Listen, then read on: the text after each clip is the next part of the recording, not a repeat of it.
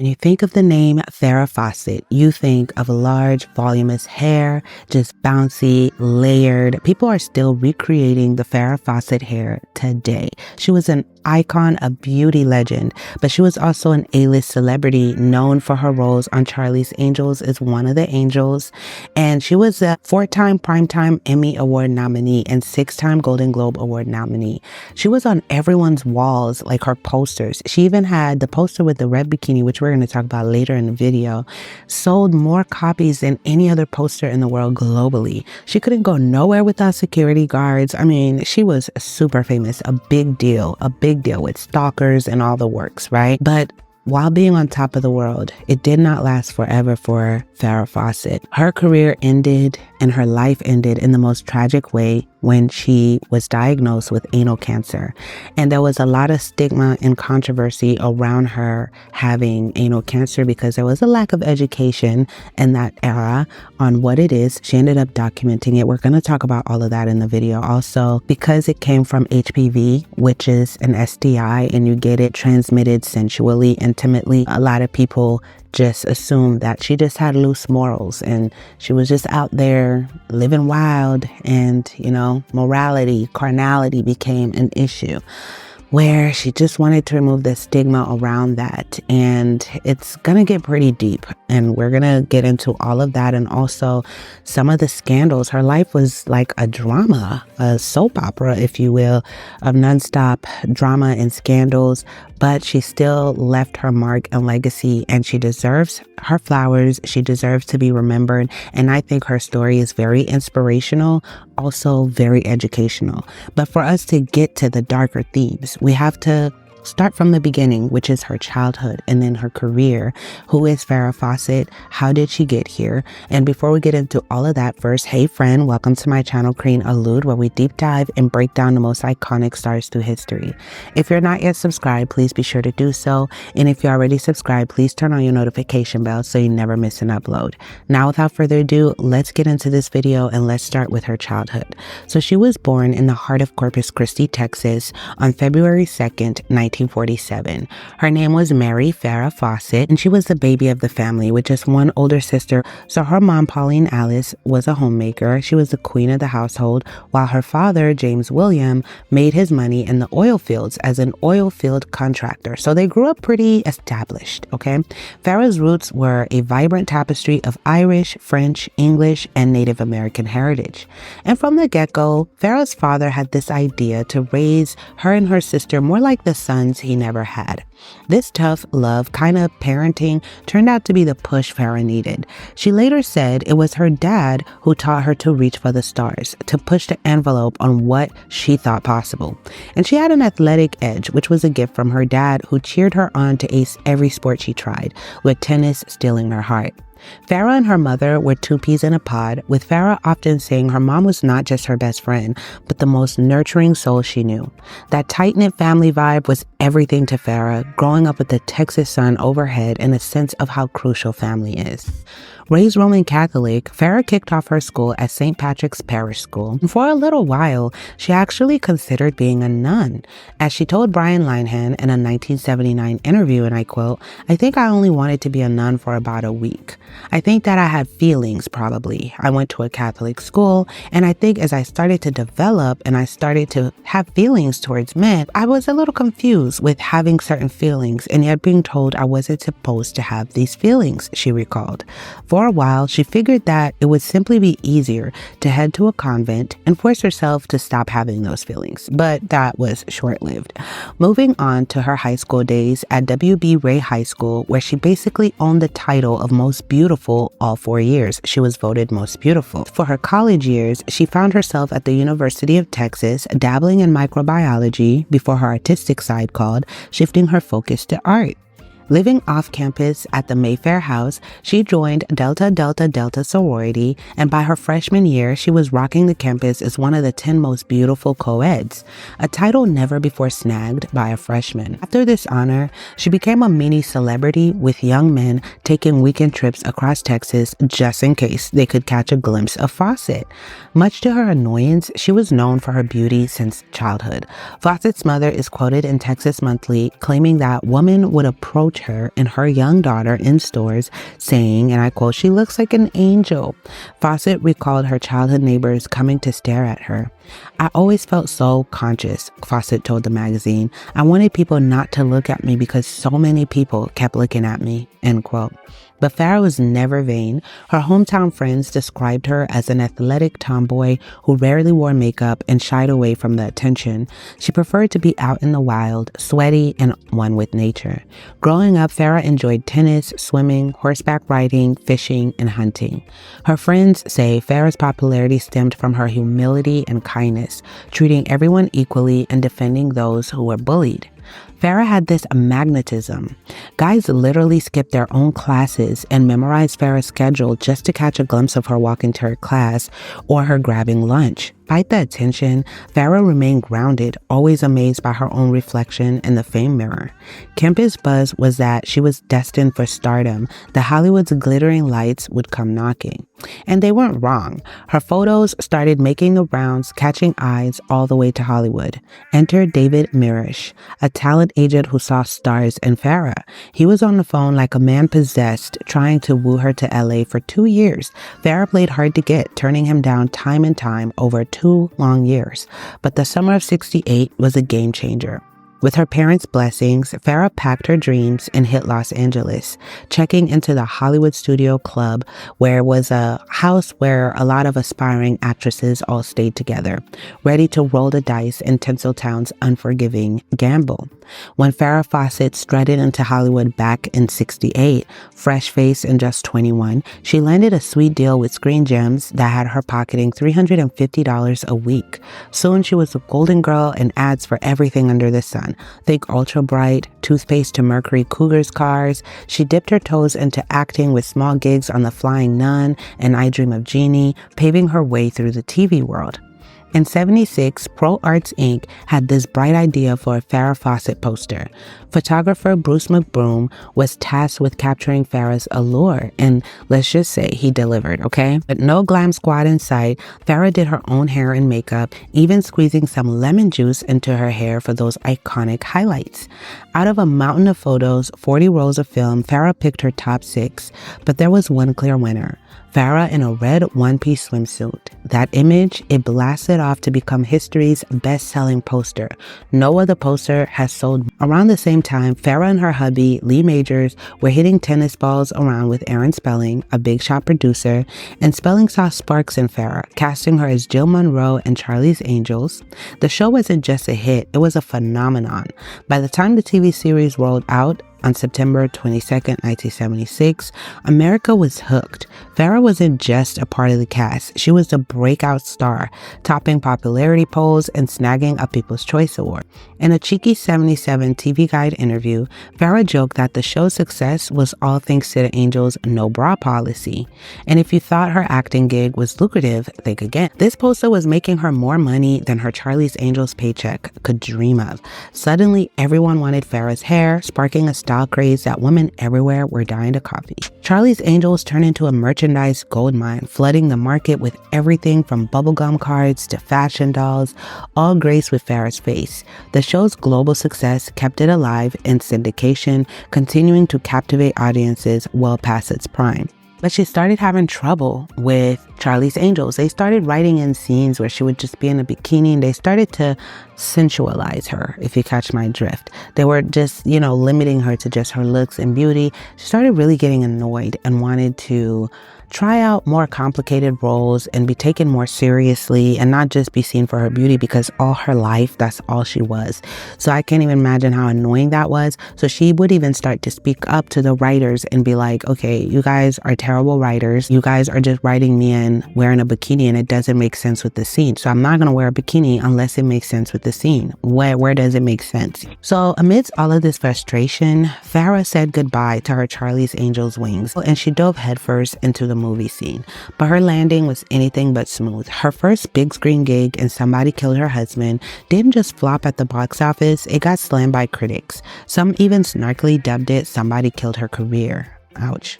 The following year, she teamed up with Charles Grodin and Art Carney in Sunburn, only to get burned again by bad reviews. Then came Saturn III in 1980, a sci-fi flick with Kirk Douglas that crashed and burned, failing to impress both critics and audiences. But Farrah wasn't down for the count. In 1983, she flipped the script with her performance in Extremities on the off-Broadway stage, taking over for Suzanne Sarandon to play a woman who fights back against her would-be, R-word guy who took advantage of her. Farrah called it the toughest role she'd ever tackled, both physically and emotionally draining. And during one show, things took a creepy turn when a stalker interrupted, yelling about photos and letters that he sent her. So cops came and removed him from the theater, but could only slap him with a disorderly conduct charge. The next year, Farrah took on the role of Francine Hughes in The Burning Bed, a TV movie that shone a light on DV. Her portrayal earned her an Emmy nod and helped link viewers in similar situations to much needed help through a national 800 number. And this movie was the first TV film that had an 800 number, like a hotline, after, hey, if you or your loved one ever suffered, call this number. It was the first movie to have that.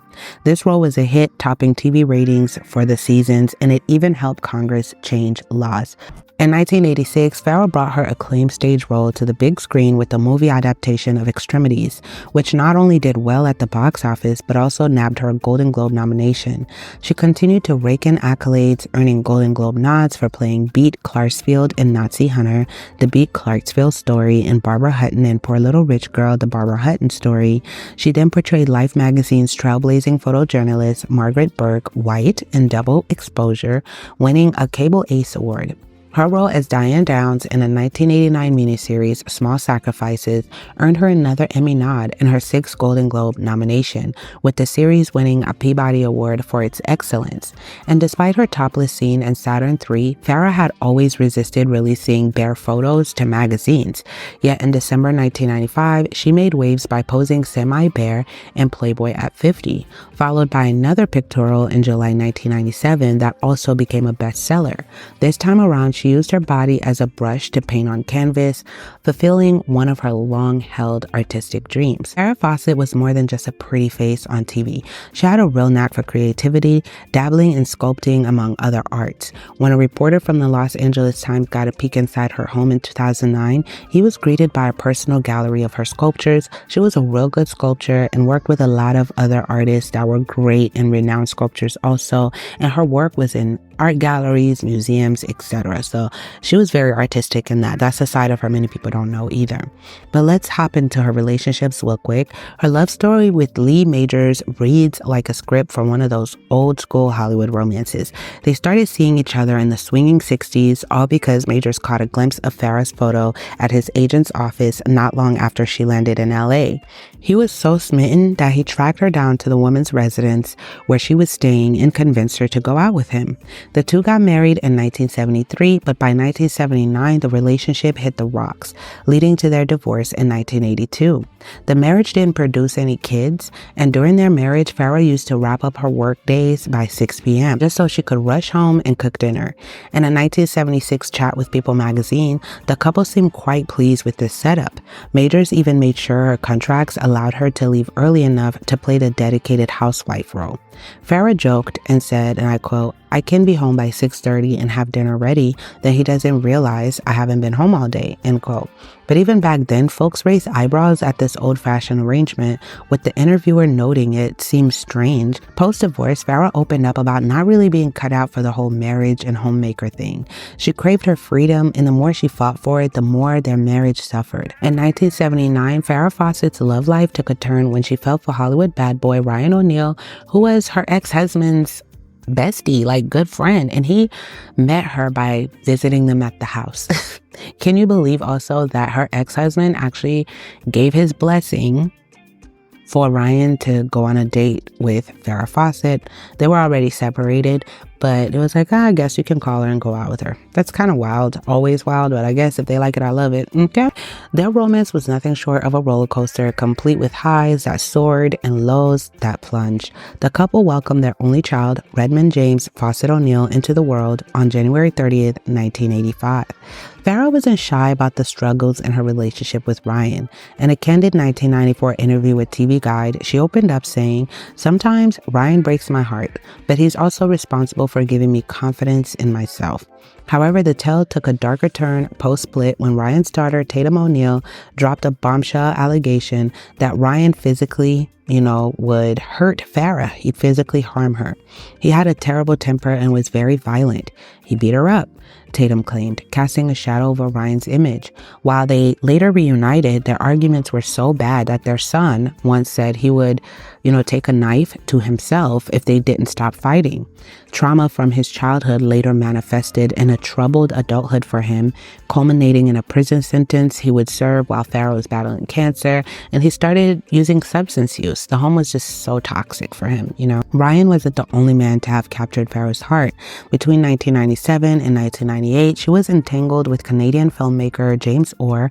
Their relationship met a grim end after Orr was arrested, charged, and later convicted for, beating up Farrah during a fight in 1998, adding another painful chapter. But let's move on from the love for a minute. Let's talk about her cancer diagnosis. So back in 2006, Farrah Fawcett got hit with some seriously bad news. She had anal cancer. She rolled up her sleeves and started battling it with chemo and surgery. Now here's the thing many folks don't know. HPV, or human papillomavirus, is a major cause behind a lot of nasty cancers, including over 90% of anal cancers and almost all cervical cancers. HPV is a tricky little virus. Being the most common STI in the US, it can sneak up on you through intimacy, even if you're careful and even if you've only been with one person. And sometimes it stays hidden, not showing signs for years. When people found out that Farrah had anal cancer, they assumed the worst, that she was promiscuous and liberal with intimacy, and that she caught it by her wild Hollywood lifestyle, or maybe even the men she was dating was active with other men. There was so much stigma around this cancer because not too many people knew about it. Farrah did not like that, and she spent her last dying days documenting her treatments and trying to dispel the rumors and stigma that someone with anal cancer was loose and immoral. Farrah's cancer was hardcore. It didn't just stay put, it spread to her liver, where the chances of beating it was pretty slim. Not one to give up, Farrah jetted off to Germany, hoping for a miracle with some treatments, basically living on IVs and sleeping all day. During this time, her son Redmond got to visit her, though it was under less than ideal circumstances since he was dealing with his own legal mess. He was incarcerated for his substance dealings and was able to see her with supervision. Farrah's struggle and her incredible spirit were captured in Farrah's Story, a documentary that showed the world what she was going through. It drew millions of eyes when it aired, touching hearts everywhere.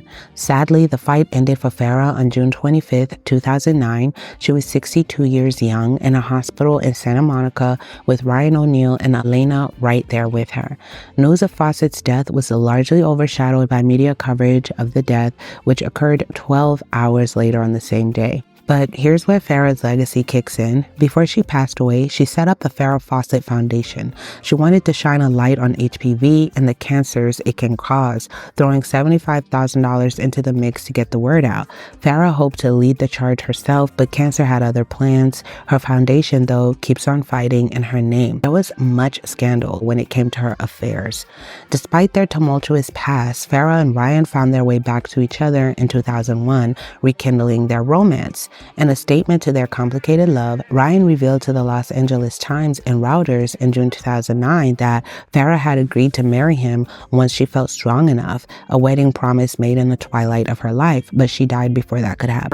Before the Hollywood drama, there was college sweetheart Greg Lott, a former Longhorn football star from their University of Texas days, and Lott claimed that he and Farrah rekindled their love in 1998, maintaining a loving, consensual, one-on-one relationship until her death in 2009. He accused Ryan of keeping him away from Farrah in her final moments, telling ABC News, and I quote, "He kept me from seeing the love of my life before she died," end quote.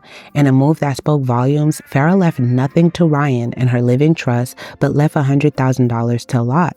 Lot maintained that Farrah's public relationship with Ryan was merely a facade, dismissing it as just Hollywood fantasy, something she had to do to keep up her image. She left most of her fortune, which was $4.5 million, to their son Redmond in a trust overseen by her business manager, Richard Francis, and Fawcett also left $500,000 to her nephew, Gregory Walls, and $500,000 to her father, James Fawcett. Fawcett left all of her artwork to the University of Texas, and the red one-piece bathing suit she wore in her famous 1976 poster was donated to the Smithsonian National Museum of American History on February 2nd, 2011. And I just want to leave this on a very positive note because that's kind of pretty heavy, right? This cancer, just ending it like that, it was pretty dark. So here's a couple fun facts so we can end this on a positive note about her. So Farrah's favorite color was baby pink, so leave a pink heart in the comments for her. Her favorite foods were vegetable soup, pecan pie, and coconut cream pie. She also loved Mexican food and she loved coconuts.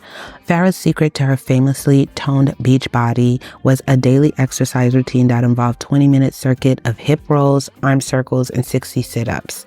For Farrah, exercise wasn't just a means to look good. It was a way to keep her grounded, sane, and revitalized. And even with the cancer, she was pretty healthy. Like, she ate pretty healthy, she worked out, she tried to really maintain herself. She said, and I quote, "I made exercise a part of my life like brushing my teeth, so I always assume most people are involved with some sort of body movement just to survive in this world," end quote.